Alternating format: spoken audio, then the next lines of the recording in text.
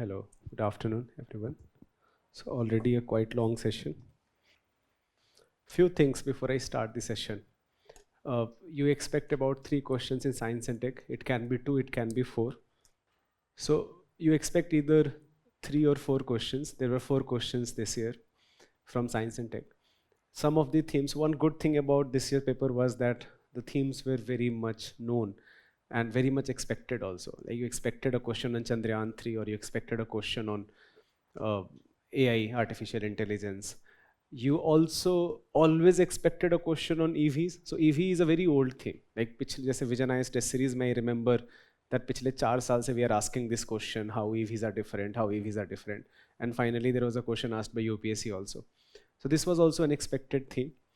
And even the last question, which is about biotechnology, that how microbes can help in tackling fuel crisis or fuel shortage, to be more specific. So even that question is on expected themes, because there was a very good question last year asked by UPSC. There were 2 parts of the question. The first part was that what are the applied areas of biotechnology, something like that, that in which of the following or in which of the areas we use applied biotechnology. Now, there will be many areas where you have to write about, for example, you have to write how it has applications in agriculture or industry, but you also had to write about biofuels. That biofuels is a very important area of application. And on that particular application, there was a specific question asked by UPSC this year. So the good thing in this year's all 4 questions were that they were on expected themes, and any student who has done current affairs and who has gone through all the keywords given in the syllabus should have been able to answer really good answers in all those 4 questions. I often feel that students always fear this particular topic, especially if you do not have a science background, haven't studied science for very long. But I always tell this to students that it doesn't matter, frankly, because the questions will not be very technical. The questions will be very much analytical, and irrespective of background, a very good answer in science and technology can be written. And same is also true for prelims examination, by the way, that even in prelims you can answer science and technology questions, because the best part is that questions are not factual. There is no as such fixed source for science and technology. That is why even in regular classes, I never ask students to go through some book which is available in market written from the science and tech perspective. In fact, I will show you that all of these questions, how they can be answered just from current affairs, just from newspaper. Each and every question, it was picked from current affairs. So I have taken snapshots of some of the links from the Hindu. In fact, I did not even have to use Indian Express. I just did a simple Google search, and I could find that in last 1 year, all of these themes, they have been covered really well into newspapers. So newspaper reading is the most important thing you can do for this particular topic in both prelims and mains examination. वो सबसे important है. That will help you a lot. बाकी जो भी चीजें हैं, all the other things like magazines and ready-made materials, all of them are complementary. Definitely use them, but that shouldn't be your primary source. Use newspapers as your primary source. So let's start the discussion. We have 4 questions. Let's start the discussion. The very first question was that introduce the concept of artificial intelligence. How does AI help in clinical diagnosis? Do you perceive any threat to privacy of the individual in the use of AI in healthcare? Now this question is difficult only because of one reason, that even though it is a 10-marker question, and there are 3 parts. So the only difficulty you'll find is that you have a lot to write here, and how you can write all of those things into 150 words. Apart from that, this question is very easy, very expected question. AI as a theme, I think, will remain important for many more years. Just I expect a question on AI even in paper 4, ethics, not necessarily in paper 3. I expect an essay on AI in future, that impact of AI on society. Already UPSC did ask a question few years ago, impact of AI on employment. Essay, I'm not talking about paper 3 or paper 4. There was an essay that how is AI going to impact employment in the world, in the employment scenario of the world. But this is a very specific question. Again, one more thing I would like to highlight here is that this application in healthcare, that's also a very favorite theme of UPSC.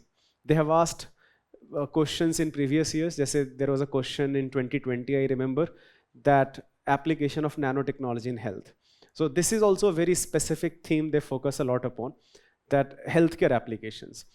So what we can write? I think there are a lot of things which can be written. Let me first show you some of the sources I picked from just last 1 year. So this entire question can be answered from this particular editorial, which was part of Hindu, October 27, 2022. It has everything, like all of the applications of AI and the threats, everything is given in one editorial. So this question has definitely been picked from this particular editorial.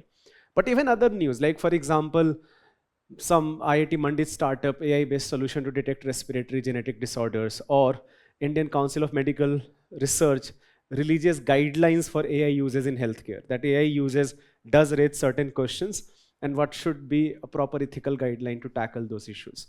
So this theme has been very well covered. AI as a theme has been covered a lot because of ChatGPT, because of generative AI. So this was a very expected theme. I have given. So this particular link I was talking about, where this question has been picked from, all of the applications, challenges, everything is given in this particular editorial. So question is very simple, it is very straightforward. You do not have to do a lot. There are 3 parts. In every part you can write a lot. I can define AI in 100 words, 150 words itself. And I can also talk about the second part in 100, 150 words. I can also write the third part in 100, 150 words. But somehow I have to write all of those things together in 150 words. So that is the challenge. So this challenge, however, can be tackled quite simply, that we have to first talk about we have to define AI. We have to define AI. The definition part is very simple. We are talking about simulation of human intelligence in machines. It is an interdisciplinary branch. Fundamentally, however, it is a branch of computer science, but it does require knowledge of many domains because it has applications in many domains. So fundamentally, it is a branch of computer science which is interested in simulating human intelligence into machines. And when I use the word human intelligence, I mean a lot of things. For example, our capability of reasoning, or our capability of finding solutions to problems, awareness about our surrounding, all of those are part of our intelligence. And we are talking about similar type of intelligence into a machine. That machine does not have to have a physical manifestation. That should be very clear. Why I am making it clear is that often people confuse between AI and robotics. Robots always will have a physical form. AI does not need to have a physical form. Think of ChatGPT. ChatGPT only exists in digital domain. Generative AI, right? That only exists in digital domain. So this differentiation should be clear. We do not have to write that here, but a simple definition that we are talking about mimicking human-like intelligence into machines. That is what AI is. And you can be more specific that we are talking about reasoning, we are talking about problem solving, we are talking about analytical skills, we are talking about awareness about our surrounding, all of those things. Right now, the type of AI which we are developing is called narrow AI or weak AI, that we are talking about systems which is good at doing some things really, really well. But it is not good at doing all the things what human brain can do. So such type of AI can be called general AI or strong AI. जो question इसके बारे में बिल्कुल नहीं है. Nobody knows how to develop general AI as of now. So whatever AI is being developed, it is an example of narrow AI, that in a particular domain, an AI is becoming as good as human beings and in many cases better than human beings. So there can be many branches of AI. For example, I can have computer vision, or I can have machine learning,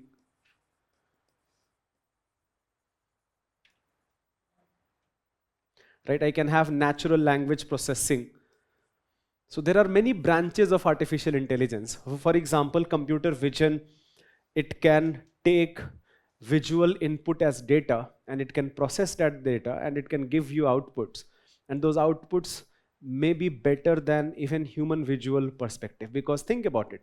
We can only see things in visible light, but I can design an AI with sensors which can collect data even in, let's say, infrared or ultraviolet light also, and it can see things even in UV or infrared also, or it can distinguish between these two images really, really well, which is not possible for human beings to do. For example, if you have been given a tree and I ask you to distinguish two leaves, you'll not be able to do that because the similarity in shape and color and each and everything.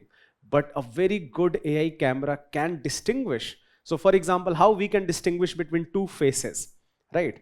That is how our camera works. This facial recognition works. This is also a type of AI, that it will only be unlocked by my face. It will not be unlocked by your face.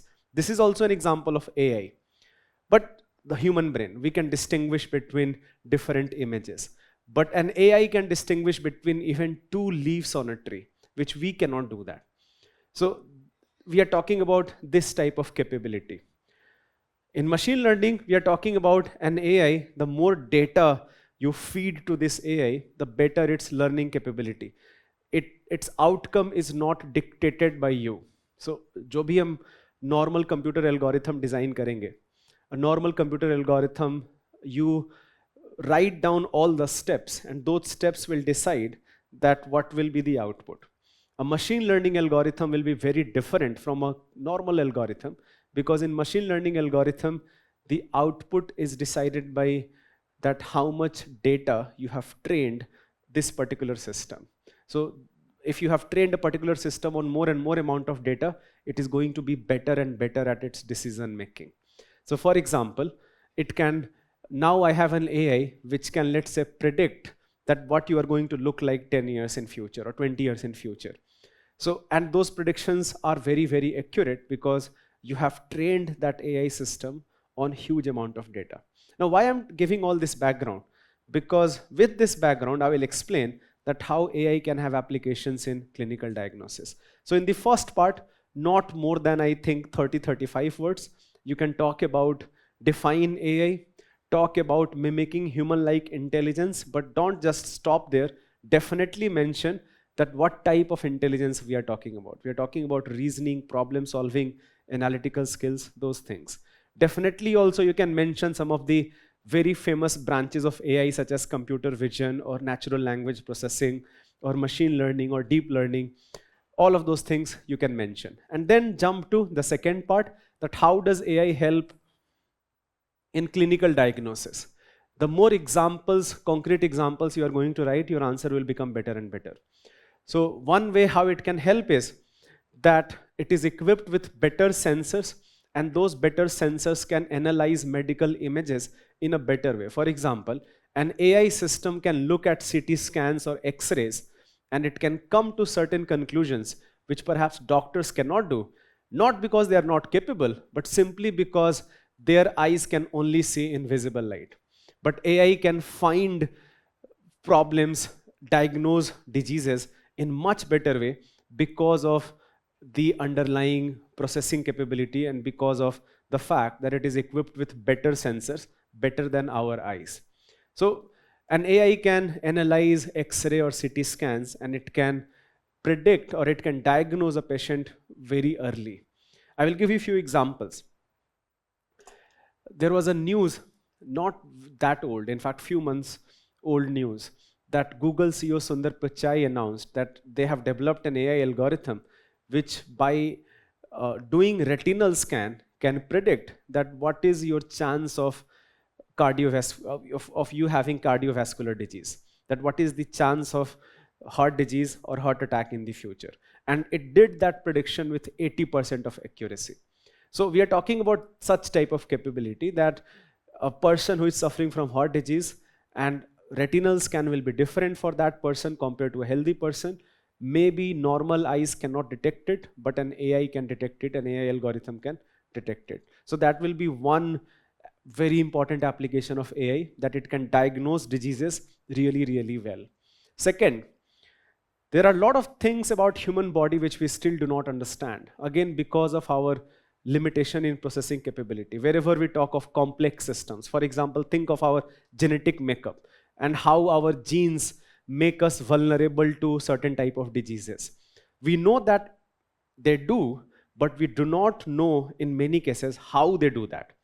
That certain people, because of their genetic structure, they are predisposed to have particular type of diseases, maybe diabetes, maybe cancer. So an AI can help in finding those answers. That it can help in that how genetic makeup, which is by the way very complex data, how it makes us vulnerable to various type of diseases. That will be an application of AI. AI can also have application in, let's say, very simple application into as chatbots. जैसे मान लो आप doctor के पास गए and doctor आपका preliminary level का data collect करेगा. So an AI can collect all of that preliminary level data, and it can provide a very accurate description of the patient for the doctor to perhaps explore further. Or it can even be as simple as a chatbot talking to you. जैसे lot of times आपने देखा होगा कि अब customer service centre आप directly किसी customer care executive से तो बात करते नहीं हो. Now lot of time you are simply talking to some chatbot. Now that chatbot is an AI which can understand your language, and it can also answer back to you in the same language. That is what natural language processing is, by the way. So you can think of a medical chatbot, that a medical chatbot talking to a patient, learning more about the patient, and based on that, giving some suggestions, or at least collecting all of that data, analyzing that data on a preliminary level, and sending that data to a specialized doctor. So all of those things are possible with the help of artificial intelligence. So we can write down multiple applications of artificial intelligence, the more number of examples. जैसे ये जो मैंने आपको news बताया, that how an IIT Mandi startup is finding ways that how AI can help in genetic makeup, or how it can help in certain type of diseases. So give more examples, relevant examples. You can also take the example of wearable devices, that think of all these watches. आजकल जैसे Apple का watch है, Google का watch है, that they are collecting lot of this data. And think of that if this data is being stored and processed by Apple or Google, and by processing data, they can tell you about that what is your health status, or maybe they will tell you that if you're vulnerable to a particular type of disease. So yes, it is possible. And in this case, what we are doing, we are collecting data from wearable devices, and that data is being processed by some AI algorithm. So we can write down all of these examples in bullet points, all of these points, and in each and every point, if you are writing down specific example, your answer becomes better and better. So I can summarize all of those things, that we can have applications in diagnosis. It can have applications in understanding more about complex biological data.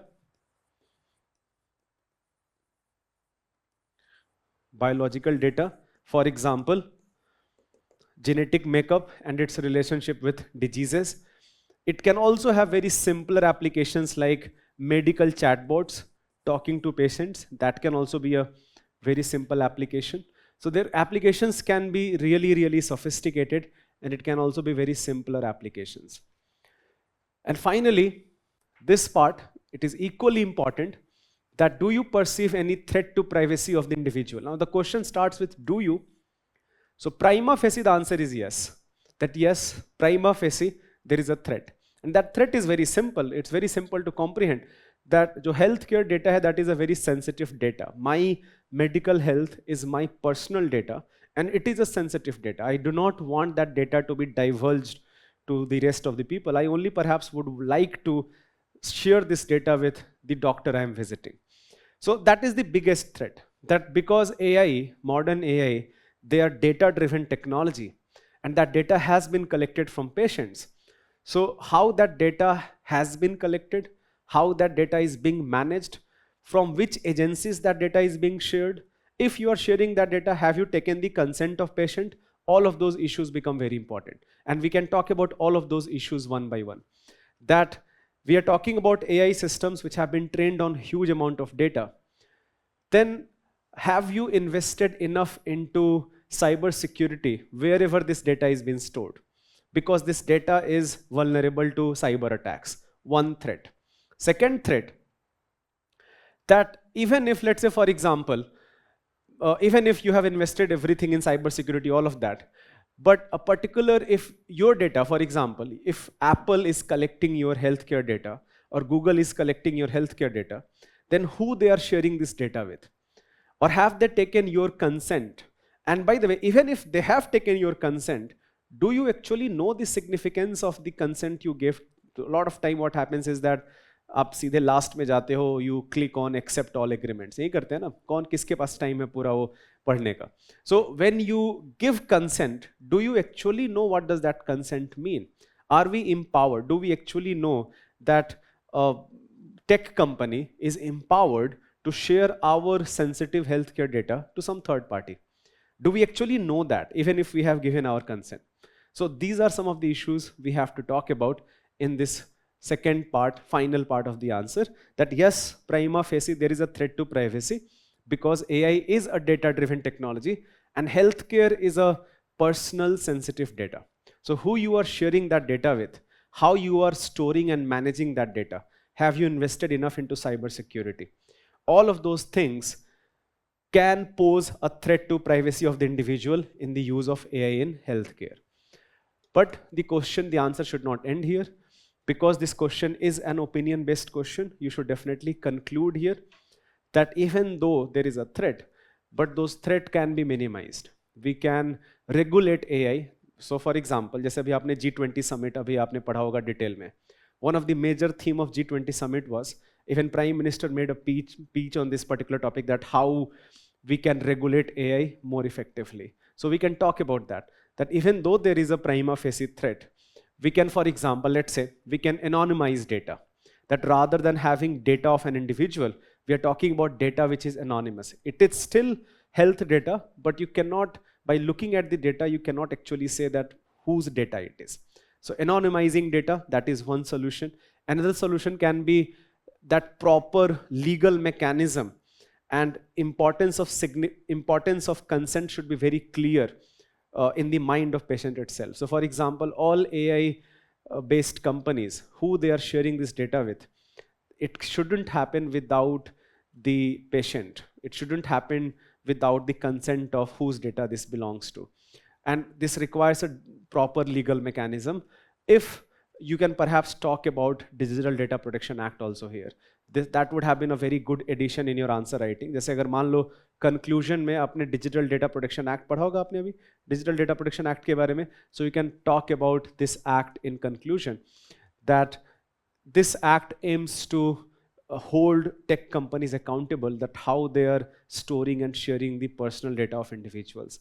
And that personal data can be also healthcare data. So that can be a concluding remark, that yes, prima facie, there is a threat to right to privacy. We can talk about how there is a threat. And then finally, we can conclude that how those threats can be minimized. And you have to write all of that, by the way, in 150 words. That will be the biggest challenge, that how we can summarize each and everything in 150 words. So if you have any question, go ahead and ask.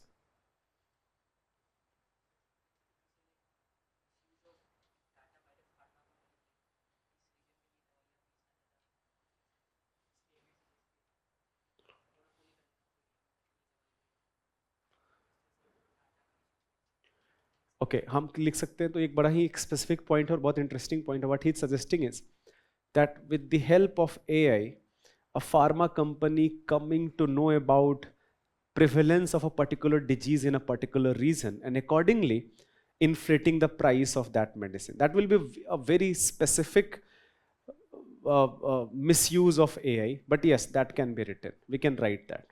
So ऐसे इसमें कुछ गलत नहीं है. Yes, it is possible and we can write that. Anyone else would like to contribute to any part of the answer if you have any doubt here? Just because there has been a question on AI, I still would consider this to be a very important topic going ahead in future examinations. For me, this is it will remain a very important topic in future examinations of UPSC also. Sorry? देखो यहाँ पे right to privacy ज़्यादा important theme है. आप एक second आप यहीं पे रुकिएगा ज़रा. राइट टू प्राइवेसी जो है वो ज़्यादा इंपॉर्टेंट, जो पूरा क्वेश्चन का फोकस देखो क्या है, threat to privacy of the individual. Copyright is a separate issue. जो एआई एंड कॉपीराइट जो पूरा एक इशू है वो खुद में एक सेपरेट इशू है. That issue has become very prominent because of generative AI. So in this answer we do not have to do that. इस आंसर में हमको लिखने की जरूरत नहीं है, but your question is a very relevant question for another theme, a theme which basically will try to talk about AI and associated copyright issues. तो वहां पे हम इसको हम हाईलाइट करेंगे.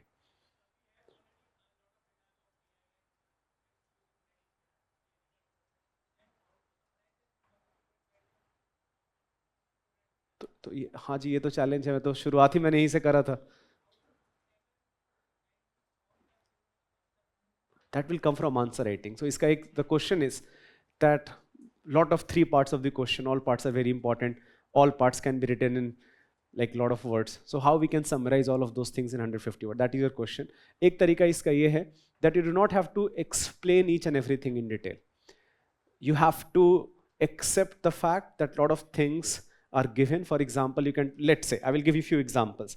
That when I defined AI, I also named few of the technologies of AI without necessarily talking about what is machine learning or what is natural language processing or what is computer vision. Then whenever I talked about applications of AI, then I talked about, let's say for example, first point, diagnosis. I talked about that how AI can better diagnose by looking at the medical images. using computer vision. That's it. We do not have to further deliberate upon it. When I talked about complex biological data, then we can simply, one example I can give is that how AI can help in, let's say, understanding genetic predisposition of diseases for a particular person. Chatbots just in one line. So without deliberating a lot about them, just writing 1 or 2 lines is more than enough. And similarly also in the third part, when I'm talking about the threats, I can talk about the first threat, that cyber security threat. That jahan pe bhi jo data servers hain, are they secure enough? Second threat, that sharing, that all these tech companies, who they are sharing this data with, have they taken consent from the person? Third threat, that overall misuse of data. We can talk about that also again in one line. And then again we can conclude here that prima facie there is a threat, but that threat can be minimized by adequate legal protection. For example, Digital Data Protection Act 2022. And that is how we can write everything in 150 words. So this comes from practice. That a lot of times, this is not the first time UPSC has done it, कि 10 number का question है and आपके 3 part हैं. ये पहली बार नहीं है, बहुत बार यूपीएससी पास्ट में कर चुकी है. Discuss several ways in which microorganisms can help in meeting the current fuel shortage. Even though the question is this part, I do think that perhaps a very good introduction can be explaining current fuel shortage itself. अक्सर हमेशा एक doubt रहता है ना कि introduction में क्या लिखें. तो यहाँ पे एक बना बनाया आपके पास इंट्रोडक्शन है, that a context is given here. You need to explain that context. यहाँ पे क्वेश्चन में एक्सप्लेन नहीं करा हुआ है, आपको एक्सप्लेन करना है, right? So for example, I can talk about fuel shortage. Let's say last year there was a coal crisis. You remember? There were blackouts in many cities, and those blackouts were fundamentally because जो coal supply है that was disrupted. और थोड़ा सा और पहले चले जाओ, just 2 years ago, not even 2 years ago, 1.5 years ago, when Russia-Ukraine war started, and that disrupted the oil supply, led to hike in prices of essential commodities along with oil and natural gas. So we can talk about that how fuel supply is part of a very complex global supply chain, and there can be shortage because of any global phenomena, and you can give some recent examples such as last year coal shortage or Russia-Ukraine war के बाद जो petroleum और gas shortage था. So we can give a context here in the introduction itself. So how I'm going to write here is that we will first provide a context.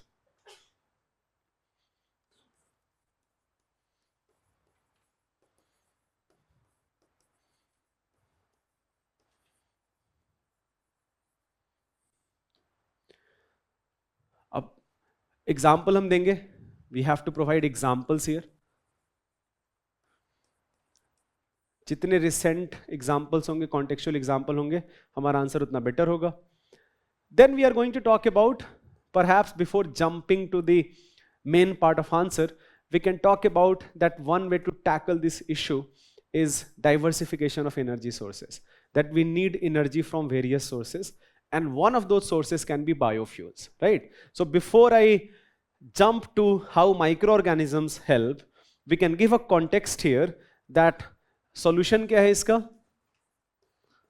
Solution here is diversification, which simply means that you are able to produce energy from multiple sources, and one of that source can be biofuels.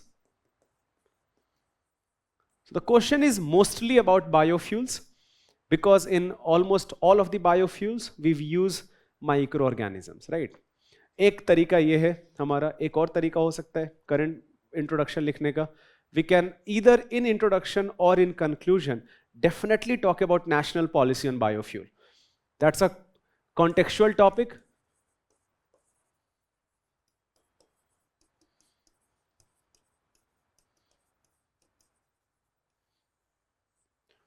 जैसे इस case में क्या होगा, हमारा जो introduction होगा वो कुछ ऐसे होगा that the largest contribution in our import basket is from petroleum and natural gas, right? And that petroleum and natural gas, it can suffer from multiple factors. We can again give example. And in this context, that if we become energy independent as a country, we are talking about India as a nation, then nothing better than that. And then we can talk about this context of national, in this context, national policy on biofuel focuses upon biofuel production. And then we can jump to the main part. So definitely write in a 20-30 words, either with this introduction or that introduction. I think both are fine, equally fine. As such, एक choose करने की जरूरत नहीं है. Then we can directly jump to how microorganisms are helping. So think of some of the most famous biofuels. For example, the most famous one is bioethanol, right? That how I can give this heading, how microorganisms helps.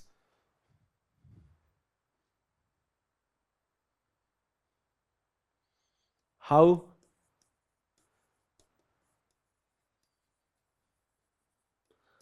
microorganisms help. देखो question में से science and take का है, अगर थोड़ा हम technical part लिखेंगे तो आंसर और बेटर होगा. But even if you do not know all of the technicality, but still a very good answer can be written. For example, I can talk about first bioethanol.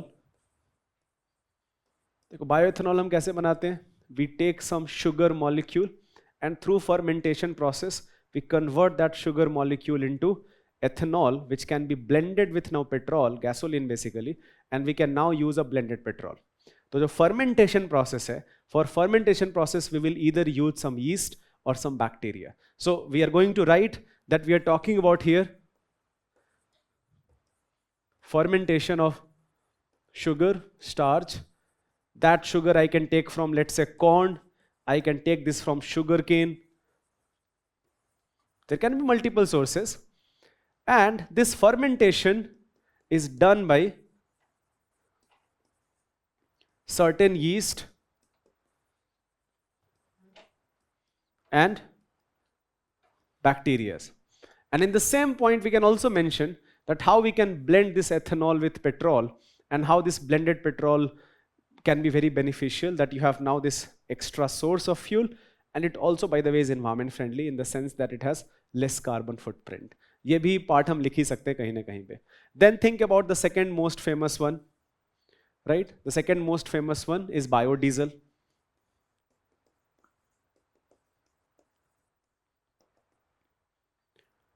Why I've started with this too? Because as of now we do have target to blend fuel. We do have target to blend fuel, 20% blending of ethanol and 5% blending of biodiesel. Ethanol into petrol and 5% biodiesel into diesel by 2025. तो ये target initially हमारा 2030 का था, but this target has been revised to 2025. That was also given in newspaper, by the way. This was a news in February 2023. तो ये ज़्यादा पुराना news भी नहीं है, 6 महीने पुराना न्यूज़ है मेंस के. That PM rolls out 20% ethanol blended petrol in 11 states UTs. And same news, if you read this, it will tell you that जो हमारा target 2030 का था, to do that, we have revised that target that we have to achieve this by 2025. So this becomes a context that why this topic has been asked. Now think about the second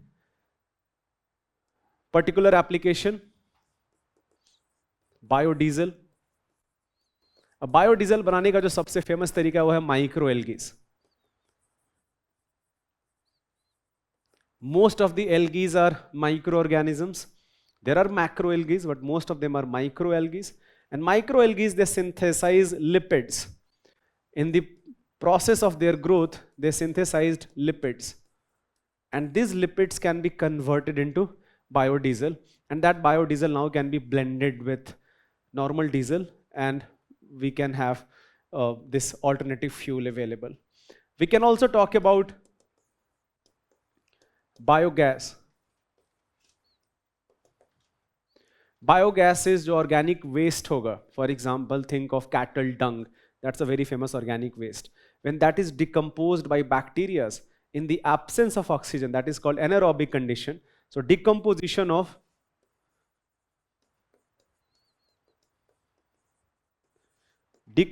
of organic waste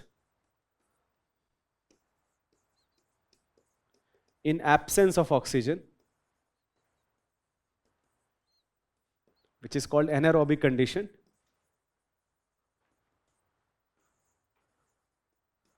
This produces methane, and methane is a very good source of energy.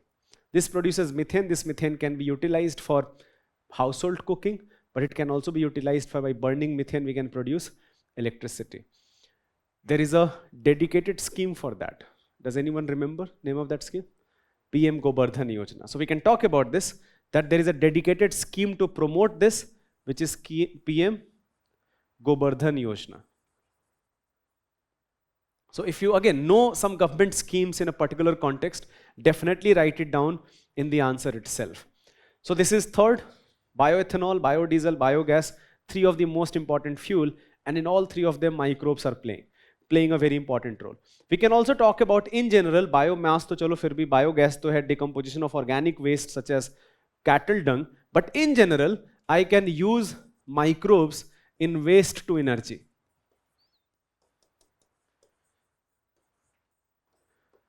Environment में जब आप waste management पढ़ते हो, तो waste management में we do read about that how we can convert waste to energy. Now, solid waste in itself can be divided into two parts.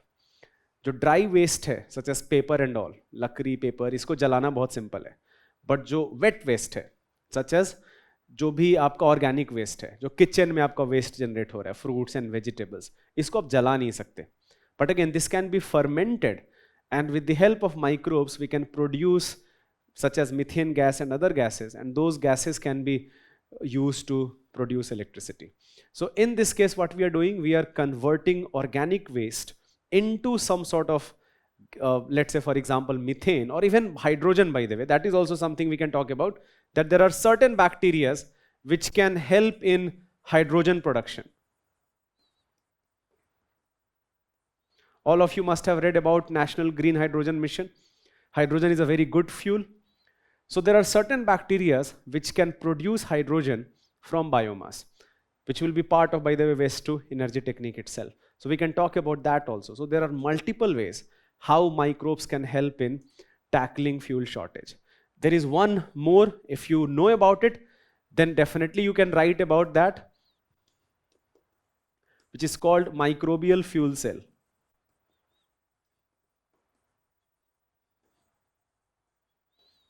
Microbial fuel cell बहुत amazing चीज़ है. आप घर पे बना सकते हो इस माइक्रोबियल फ्यूल सेल को.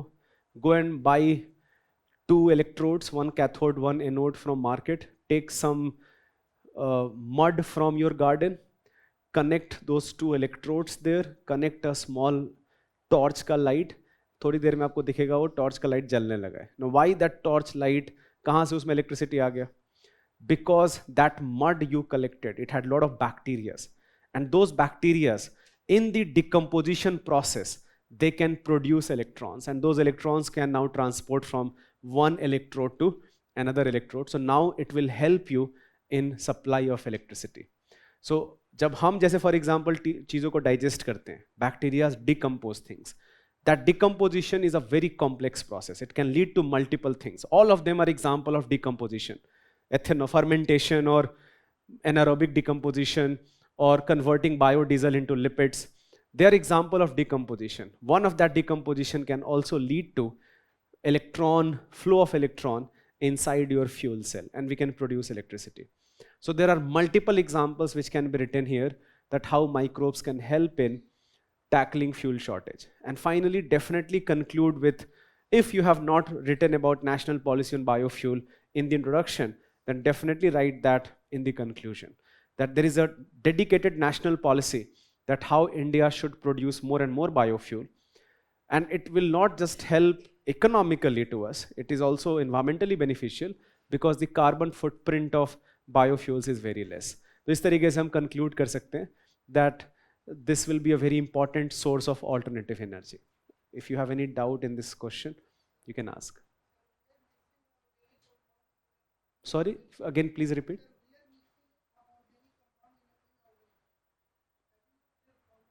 We are mixing organic compound. Which part, who told you that? So petroleum also, for example, it is a synthetic complex organic material. But nonetheless, after processing, it is fundamentally a fuel. Your question is that mixing of ethanol in petroleum, does that not cause any problem? It does not cause any problem. In fact, let me explain this in detail. If that blending is not a lot, if that blending is, let's say, 10, 15, up to 20%, तो आपका जो normal car है उसका engine आपको change करने की भी जरूरत नहीं. It does cause one problem, not for environment but for your engine. अगर ये ब्लेंडिंग बहुत ज़्यादा हो, मान लो कि 40-50% जो है आपका एथेनॉल ही है, तो ये इंजन काम नहीं करेगा. This engine will degrade. ये इंजन का वेयर एंड टेयर बहुत ज़्यादा होगा. That is a separate problem. But we can also design a new engine which can operate with, let's say, 50% blended ethanol. We can do that. As of now, the engines which we use in our cars and buses and in general vehicles, they do not have the capability to use high blended petrol. But 20% blending, you do not have to change anything, and still your engine is going to work for as long as what it is going to work today. So again, ये जो 20% target है वो random नहीं है. There is a reason why this 20% target was chosen or 5% target was chosen, that we do not have to burden automobile companies कि तुम एक नया इंजन बनाना शुरू करो, रिसर्च करो नया engine. We do not want that to happen, right? So no, as long as that blending is less, there is no problem.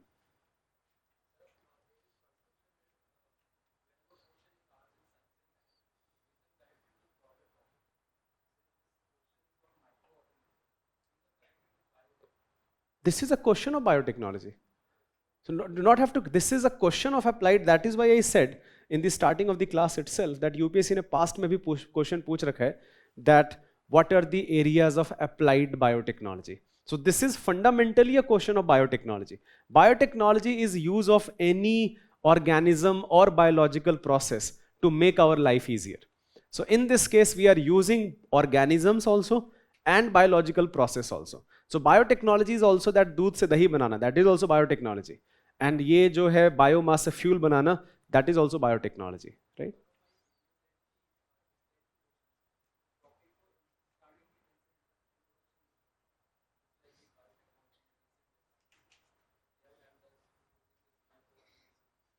Okay, so his suggestion was that perhaps we can start with biotechnology in general. If you want to do that, do that. आप एक जैसे एक starting line में लिख सकते हो that biotechnology has applications in many areas, one of them being use of microbes in producing biofuels. But do not start defining biotechnology. This question already has its own scope. Do not have to define biotechnology and application of biotechnology in multiple areas. ये सब नहीं करना है. ठीक है, वो ऐसे देखो, ऐसे आई थिंक इतना एग्जामिनर्स को बहुत सारी चीज़ें हम मान के नहीं चलना चाहिए कि हम उनको पता है. बट आई थिंक इस केस में हम मान सकते हैं that even if I am starting with biofuel and I'm explaining the way I have explained, that is more than enough to come to a conclusion that fundamentally this is a topic of biotechnology. But if you want to, एक हम starting में ही एक शुरू में एक line लिखेंगे, हम directly jump करेंगे जो हमारा main question जो पूछ रखा है. Any other question?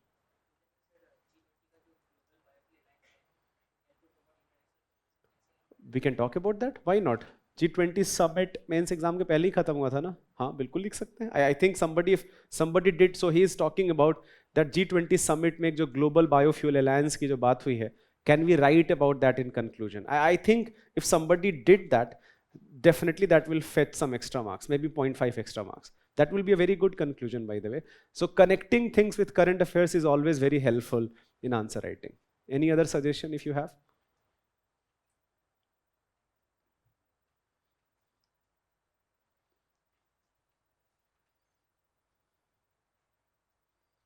Okay, this is again one of those themes which people expected a question for many years, and finally there was a question asked by UPSC.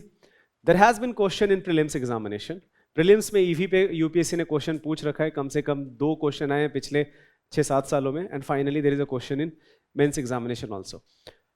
Both these parts frankly are very much interrelated. That adoption of electric vehicles is rapidly growing worldwide. How do electric vehicles contribute to reducing carbon emissions? And what are the key benefits they offer compared to traditional combustion engine vehicles? So, एक तो key benefit यही है that they reduce carbon emission. That is why I said that both of these parts are not that separate from each other. But nonetheless, because they have been asked separately, ideally I should try to bifurcate my answer that in first part focus on reducing carbon emission, and in second part, apart from that, whatever other benefits are there, mention them, right? So let's start this question. I think again ये जो first line है, that's a very good line. यहाँ पे अगर आपके पास कोई data है, कोई फिगर है, if you know some figure, then you can answer, you can start your introduction with that, right?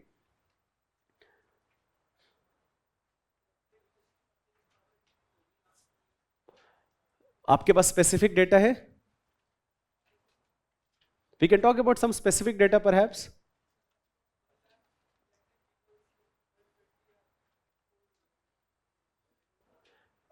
Electric vehicles or electric cars? I have a bigger figure.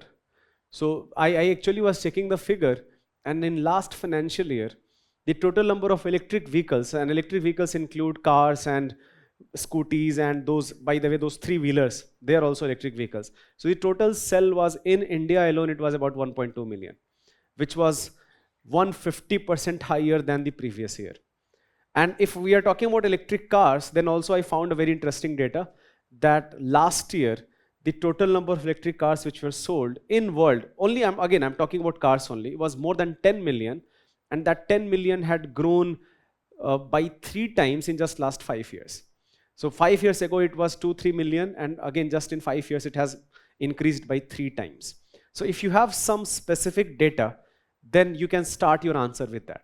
And even if you do not have a specific data, you can give more context to the first statement that worldwide as well as in India, the number of electric vehicles such as electric cars or bikes or three-wheelers, all of them are increasing. And it is because of many tax incentives provided by government, dedicated initiatives of governments, and as well as overall reducing cost of electric vehicles and the benefits they provide to customer in general. तो एक हम एक introduction में we can give a context. If you have some figure, that will be the best introduction. Sorry? वो one of the benefit में हम आगे लिख सकते हैं perhaps. जैसे हम एक benefit में ये हमारा introduction नहीं होना चाहिए. जो Paris agreements के जो भी objectives, I cannot start my question with that. But yes, definitely in one of the benefits, perhaps we can relate this with Paris agreement, and that will be quite helpful. So for example, let me explain that how this question can actually be written, how we can write the different part of the question.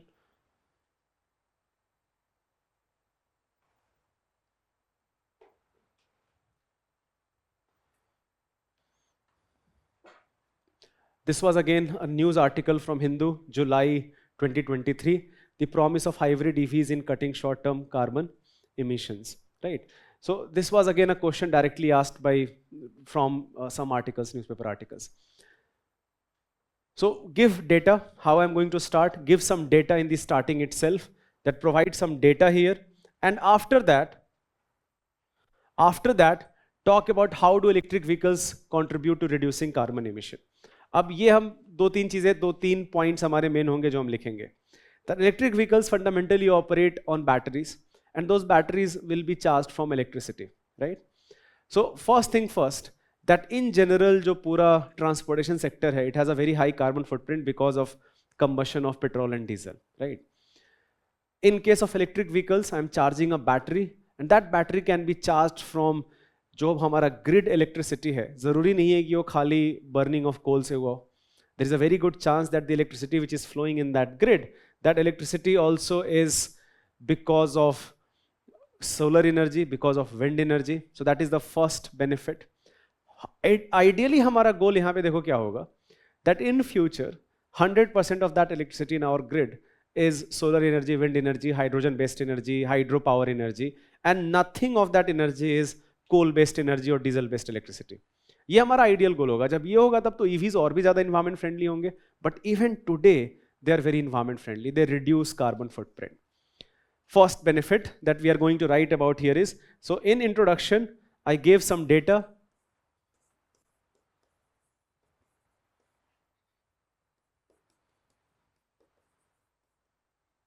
Then we can talk about how it helps in reducing carbon emission. I can write on many points. The first point can be that electricity in grid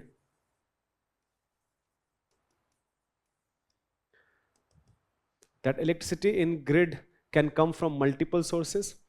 That can be coal, that can be diesel, but it can also be solar and wind energy.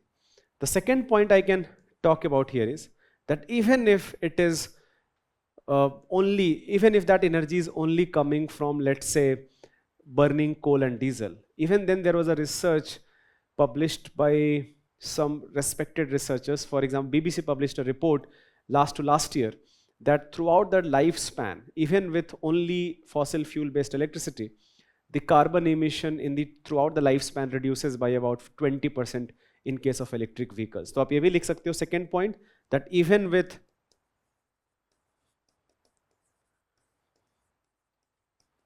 fossil fuel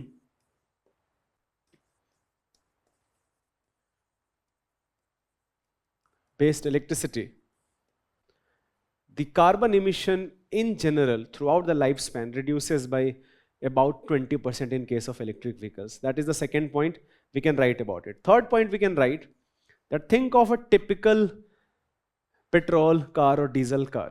So this carbon emission is not just burning of that petrol. That petrol had to be mined, it had to be transported, it had to be processed, and after that it has been converted into petrol or diesel. All of those parts, all of those things, they have very high carbon footprint. So ये भी बहुत important चीज है that the entire supply chain, starting from the mining and transportation and processing, that had its own carbon footprint, apart from the carbon footprint when you burn them into your car. In case of electric vehicle, you burn coal, you produce electricity. So there is carbon footprint, but that carbon footprint is only the burning part, not the processing and not all other things. And we can reduce carbon footprint in that one part also. There are a lot of technologies which can reduce carbon footprint of burning coal also.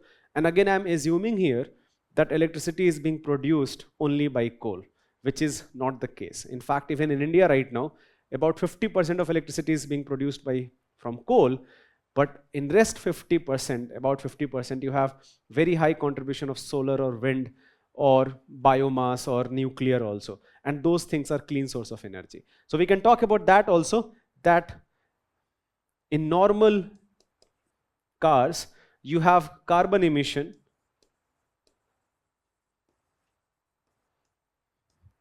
जो CO2 emission है, that is because of the entire supply chain. In case of electric vehicles, that supply chain का जो carbon footprint है वो negligible है. But in case of petrol, diesel, it is not negligible. It is actually a significant part. And one more benefit we can write, that how it helps in reducing carbon emission. That think of petrol. That petrol first has to be burned, and burning that petrol leads to, basically we are doing that into internal combustion engine, and that leads to mechanical energy which is being converted into kinetic energy. In case of battery, there is a battery which is producing electricity. That electricity is connected to a motor. That motor is connected to the wheels. So this conversion of electricity in case of petrol and diesel car, it goes through multiple processes. In all those multiple processes, some energy will be lost. In case of electric vehicle, yes, there will be loss of energy, but it will be less than loss of energy in petrol and diesel car. So it is more energy efficient also. And because it is more energy efficient, throughout its lifetime, it reduces carbon footprint. So we can talk about this energy efficiency part also.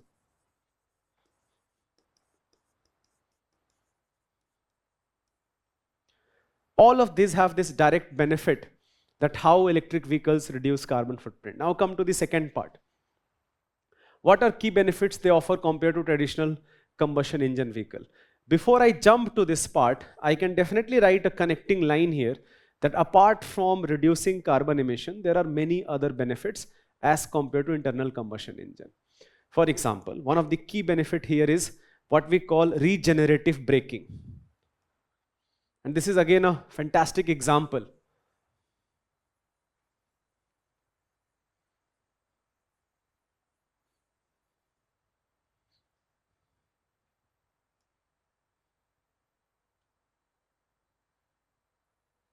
So जो regenerative braking है,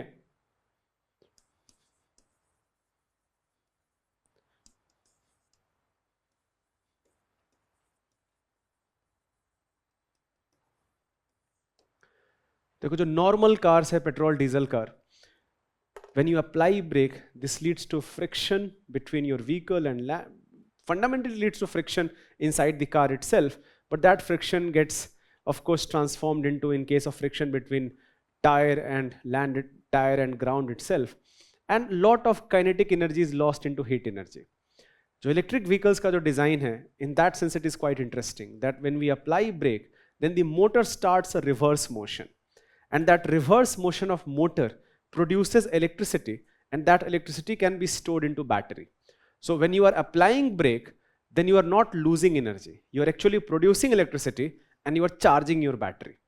So that is a fantastic feature of electric vehicles, this concept of regenerative braking, that while in typical internal combustion engine you lose that energy into thermal energy, in case of electric vehicles this regenerative braking allows you to store that kinetic energy of vehicle.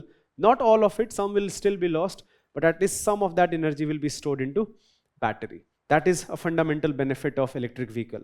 Another fundamental benefit will be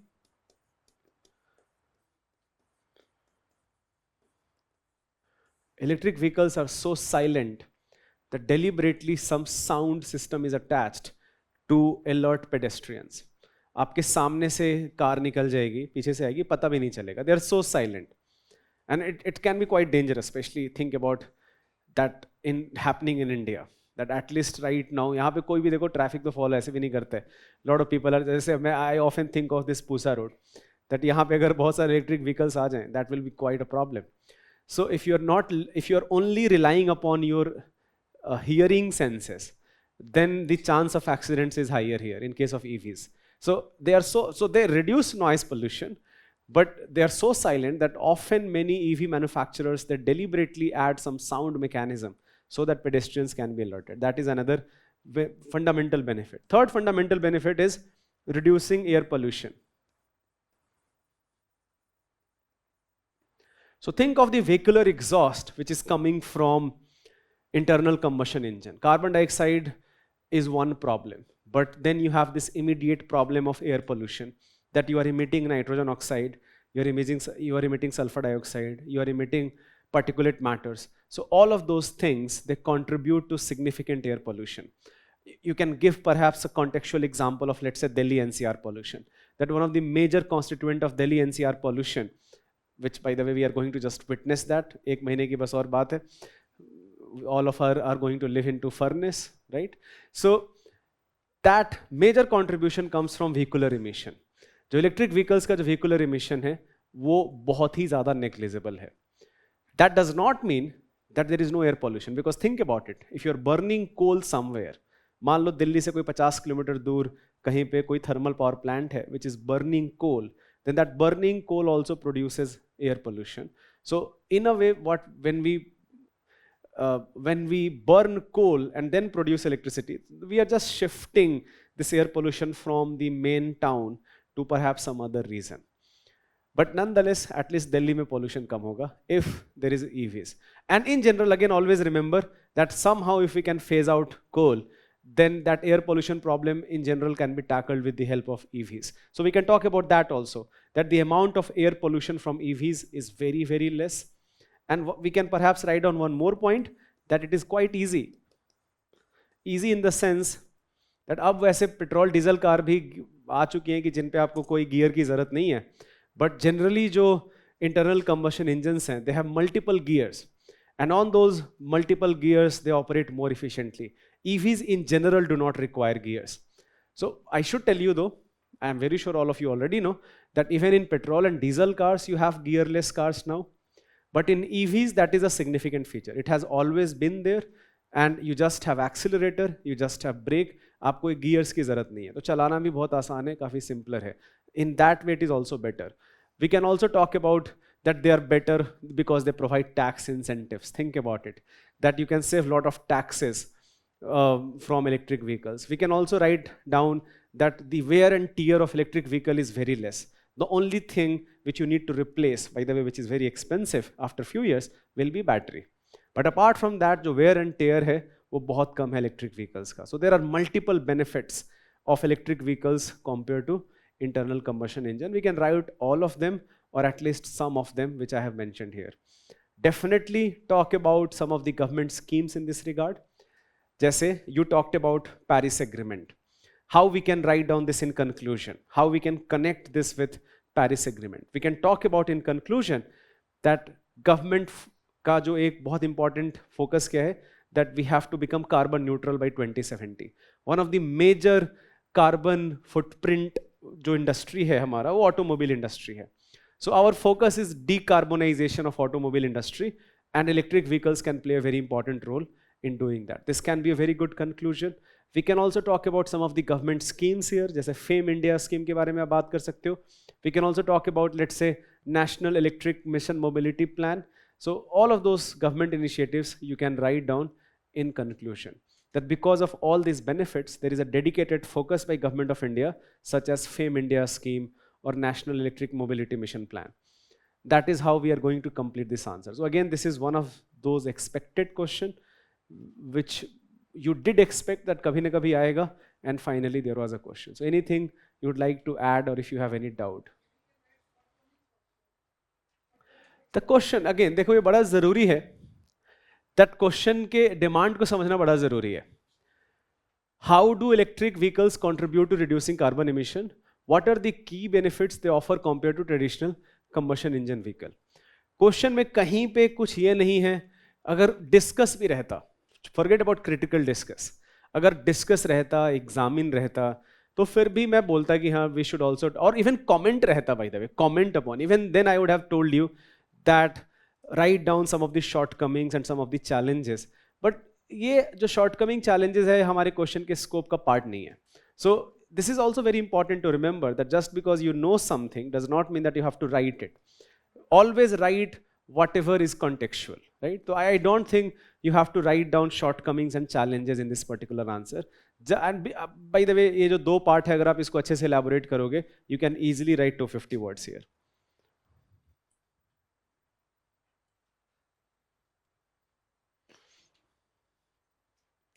Last question. This was again a very expected question. What is the main task of India's third moon mission which could not be achieved in its earlier mission? List the countries that have achieved this task. Introduce the subsystems in the spacecraft launched and explain the role of Virtual Launch Control Center at the Vikram Sarabhai Space Centre, which contributed to successful launch from Sriharikota. So there are many parts of this question. I think the only part which perhaps you did not expect was the last part. बाकी सारी चीजें बहुत clear है. So there are 4 parts of this question. Main task, list the countries. That's a very small part. So if मान लो question 15 number का है, so maybe 1 or 2 marks for this part. List, not even 2 marks, maybe 1 marks for this part. List the countries that have achieved this task. But जो first part है and जो third and fourth part है, they are the main part of your answer where you have to focus a lot here. This question everybody is going to answer. How you can perhaps enhance the quality for answer. So in this case, the more specific your information is, the better marks you are going to get. And you can perhaps draw some pictures here also. So for example, you can talk about how we, just say, let me in fact explain this entire approach, what I am going to do here. I will first give a context of Chandrayaan 3. We can talk about, perhaps in the introduction itself, that how in August 2023, ISRO has become the 4th space agency to soft land on moon after US, Russia and China. ये introduction में हम लिख सकते हैं, जो हमारा एक part है उसमें ये भी परेशान होने की ज़रूरत नहीं कि क्या पता हम भूल जाएं. And you can also add in the same introduction that we became the first country to do this very near to South Pole. While all other missions were near the equator of the moon, this was the first mission which was launched very close to the South Pole of moon. ये हमारा introduction का ही part हो सकता है. Then we can go to the next part. So how I'm going to write here?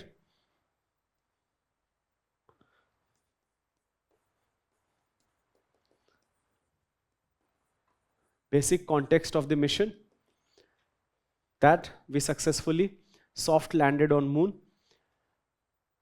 Then in the second part, we can talk about that how this was not our first attempt.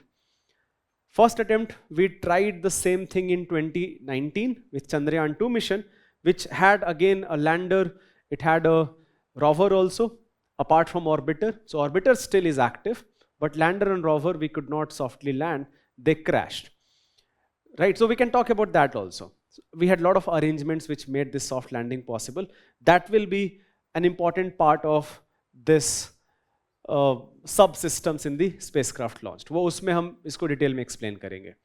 But we can definitely write in here about Chandrayaan 2.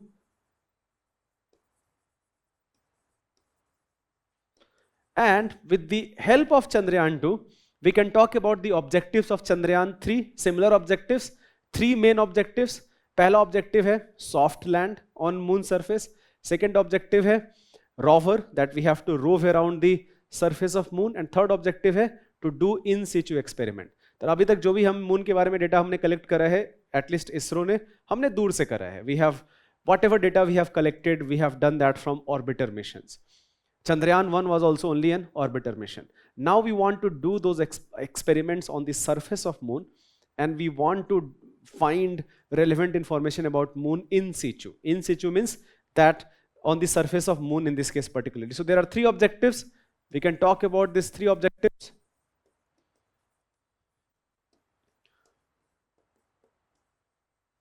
Soft landing, rover roving on the surface. We did that. Not only that, rover made a hop also. आपने news में पढ़ा होगा that not rover.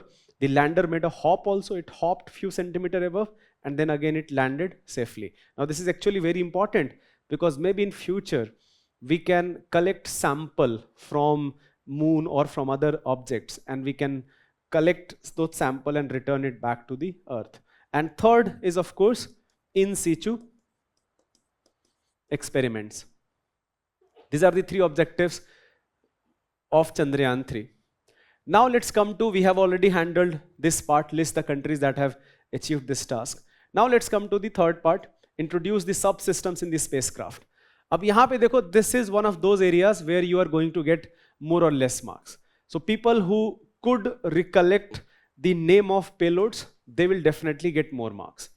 But even if you do not have the name of payloads memorized, but even if you know the overall objectives of those payloads, that also should suffice. But I do not have any doubt about that if somebody could write, let's say Rambha tries to achieve this or Chest tries to achieve this, if somebody could write all those things, then they will get extra marks. So for example, what we are going to write here is, what are the subsystems? We can talk about that it had 3 modules.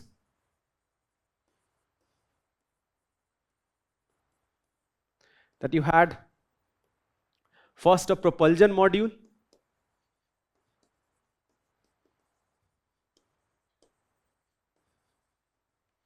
In propulsion module itself, we can talk about that how propulsion module, इसका जो main काम तो ये था that lander rover को अर्थ से carry करके जाना lunar orbit में. Maybe I can make a diagram here that when I'm explaining about propulsion module, I can make a diagram that जो हमारा initial orbit हमने जो launch किया था around Earth, that looked something like this. But we kept raising this orbit. And finally we went to moon, right? We went to moon and after that we again kept reducing this orbit. We kept reducing this orbit and we came very close to moon. So we can make this diagram here and we can talk about this propulsion module had all the necessary fuel which was able to achieve this. This is your Earth, this is moon, and this was the actual orbit which was achieved by our rocket LVM-3. But after that, ये जो V orbital maneuvering है, all of this orbital maneuvering, that happened with the help of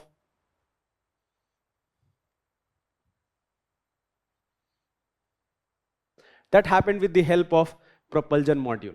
तो ये तो हम एक यहाँ पे हम diagram भी बना सकते हैं. And we can also mention that apart from this, propulsion module also had this payload called shape.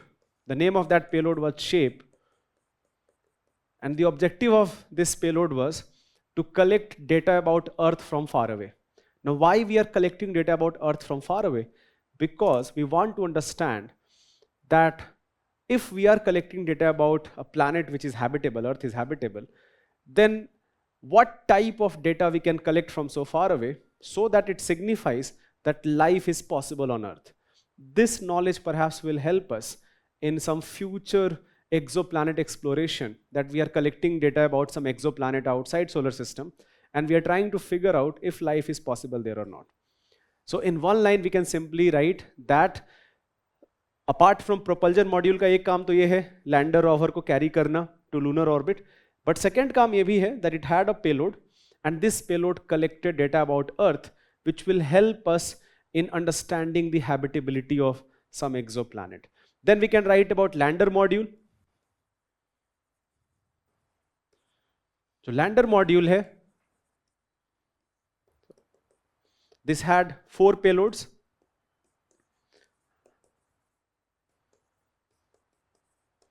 Rambha, I think there was another payload called, if I'm not mistaken, ILSA, LRA, and there was one more payload called CHASTE. Rambha का purpose ये है that it aims to collect data about charged particles on the lunar surface. What is the density of charged particle? That's very important because that will allow that if communication is possible without any interruption. If charged particle density is very high, then it can help in communication, but it can also disrupt communication. ILSA, the focus of ILSA was to know the seismic activity on moon. That moon पे जो भी seismic activity है वो अगर है और क्यों है.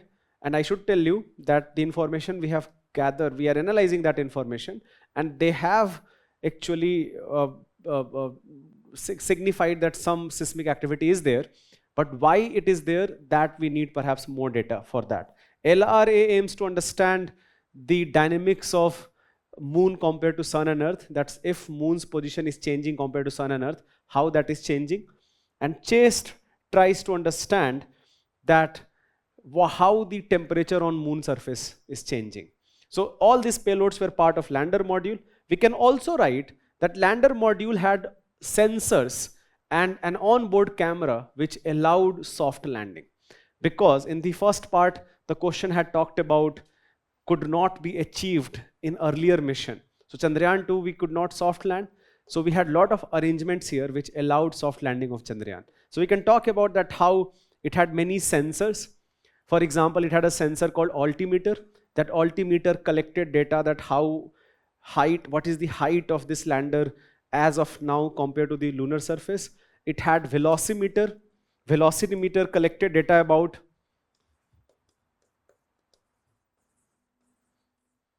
altimeter collected data about altitude of lander module from the lunar surface. It had 2 velocimeters which collected its data both vertical velocity as well as horizontal velocity. Now इसको समझना बहुत आसान है that when this lander got separated from propulsion, then इसका खुद का velocity है, but because of lunar gravity it is going to fall with even more velocity. We need to control both of that.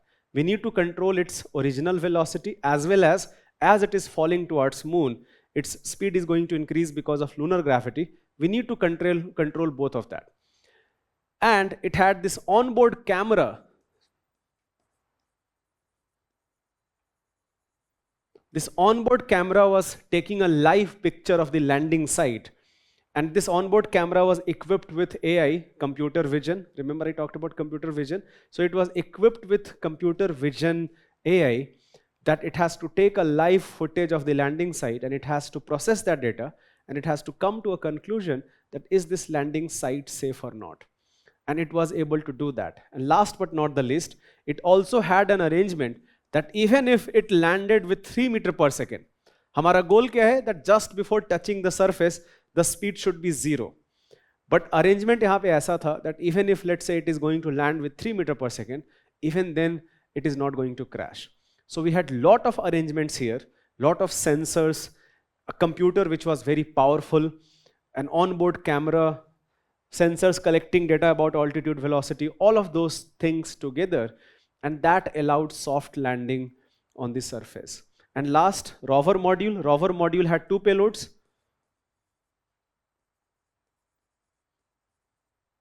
These payloads allowed us to analyze lunar surface about its elemental and mineralogical composition, that what type of elements and minerals are found on the lunar surface. We already have found, for example, sulfur or aluminum and oxygen and many other elements on the lunar surface.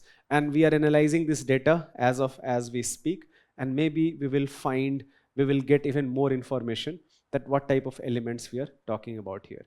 So we can write down this part. And finally, this part was interesting, virtual launch control center, but very interestingly, this was covered by Hindu.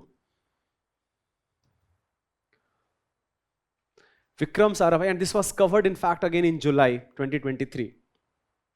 Vikram Sarabhai Space Centre to carry out system checkouts ahead of Chandrayaan 3 launch. तो देखो virtual launch control center का जो काम ये होता है that just before launching of your rocket, you are analyzing your system that if everything is working fine or not. There are onboard computers. Those onboard computers are doing a diagnostic test of your rocket. Through a communication system, you are collecting this data and you are concluding, not going to the rocket, but you are doing all of that from far away, hence the name Virtual Launch Control Center. So just before launching of rockets, many space agencies have been doing that for many years. ISRO has started doing this in only last few years. That rather than a diagnosis of rocket just before launch, on board or people doing that, the final testing hai, this final testing now happens completely virtually. That there are computers which are doing this diagnostic test. We are collecting this data, we are analyzing this data, and we are concluding that if everything is as exactly as it was planned, or maybe if some changes are required, then we will perhaps delay this launch. So Virtual Launch Control Center allows you system checkout just before the launch, that if everything is functioning well, and if anything is required to change, then maybe we will delay the launch.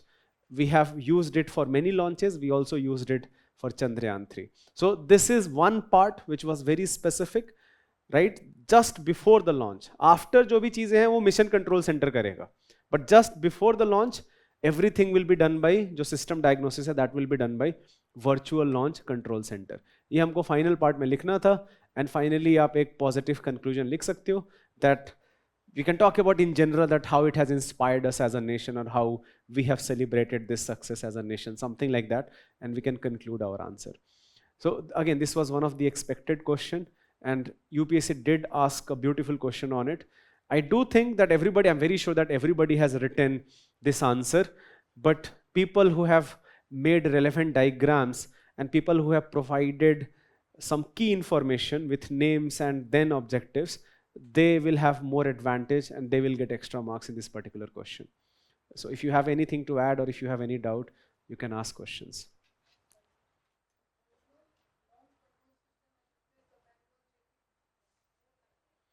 No, it has replaced the manual checking. जो final diagnosis है वो manually नहीं होता है. Manually जो होगा, जो हम पूरा जब assemble करेंगे वो सब हम manual check करेंगे. But आपने जैसे rocket launch का आपने देखा है वीडियो, तो एक बार जब हमने place कर दिया, so जो final diagnosis part है, for that manual check-in is not required anymore. We can do that with the help of Virtual Launch Control Center, and that is why this question was asked. Okay, so one more topic, environment and disaster management, and all the best guys for your preparation. If you have any doubt, you can always send me a mail.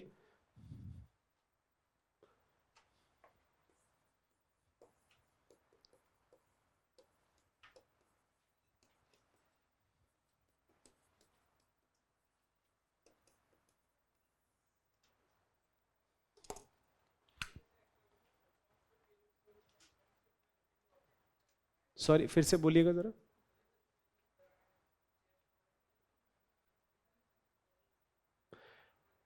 हाँ बिल्कुल कर सकते हैं. मैं इसीलिए बोल रहा हूँ दैट मेरे हिसाब से अगर जिसने पेलोड का नाम लिखा हो और अगर फुल फॉर्म भी पता हो तो definitely they will get 1 extra marks.